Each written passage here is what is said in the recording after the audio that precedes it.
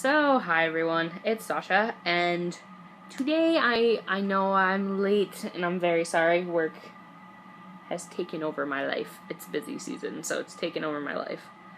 But I'm going to be reviewing The Shining, both the book and the movie. The Shining is about a family. They go to a hotel, and the father becomes insane, ends up trying to kill his family, and there's two different endings. One from the book and one from the movie. And I'm going to explain it short-winded.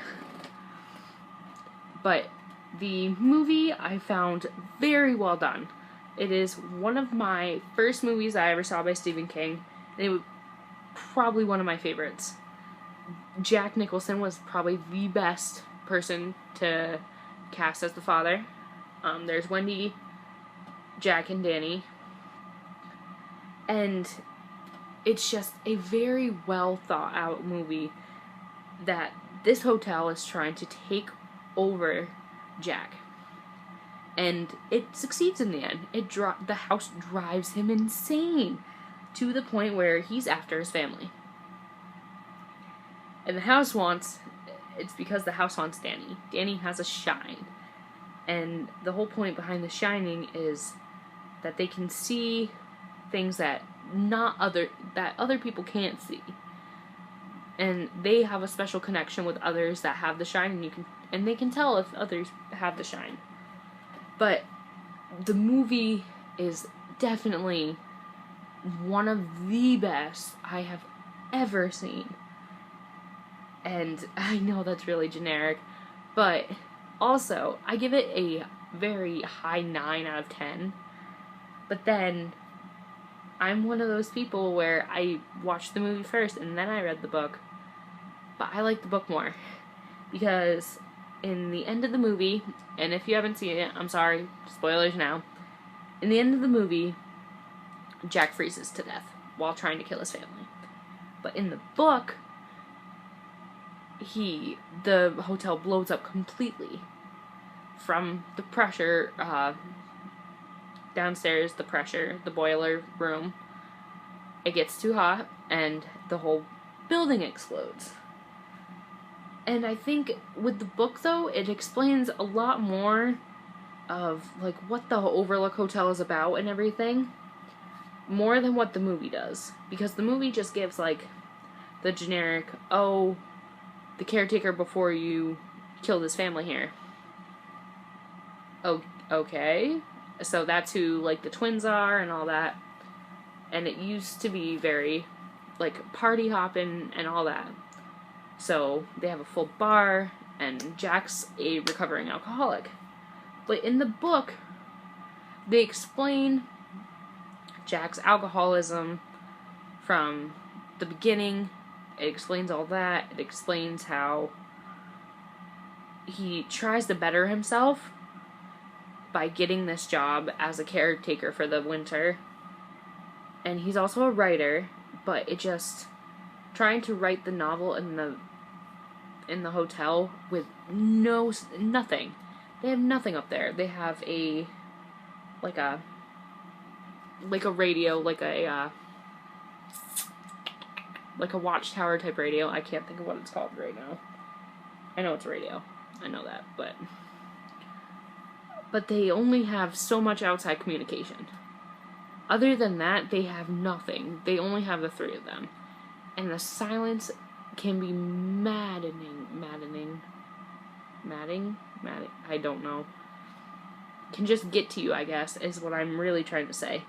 But silence can get to you, and then that's when the house starts taking over Jack.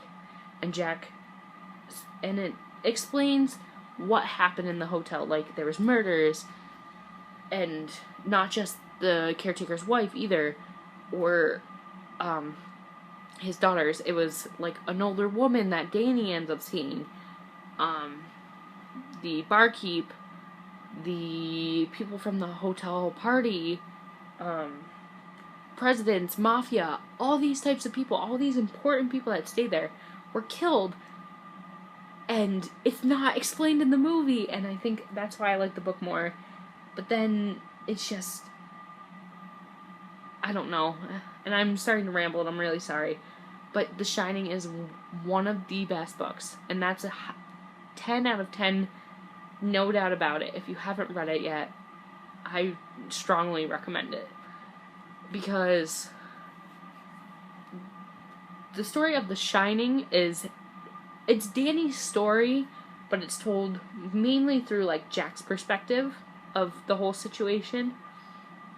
Because if you read The Shining, then there's a sequel called Doctor Sleep, which is Danny and how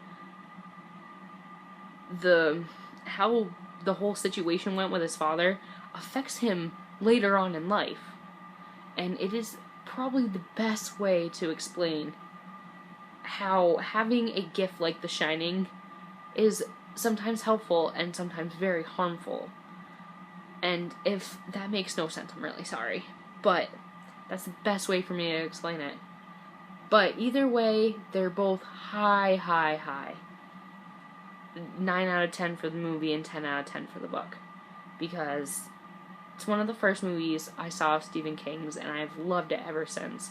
I make it a tradition, whether or not I'm working during Halloween or not, I make sure to watch it at least once. Because it's just a scary time of year, and it's fun to have a scary movie. And I think and it's more of, I guess it's not horror type, it's more of a suspense of well, if you haven't seen it yet, not knowing what is taking over Jack. I guess that's the best way to put it. But that is my review for the week. I know it's late, and I'm really sorry. I'm trying my best. If you want more book reviews, let me know in the comments, because I like reading books. I've gotten back into reading books. And if you have any books that you would like to recommend, I can probably find them somewhere that you think I should read. I might review. Like I said, Doctor Sleep is one of my favorite books. Along with, I just read The Fault in Our Stars a little while ago, and I read that in a day. So, but yeah, let me know.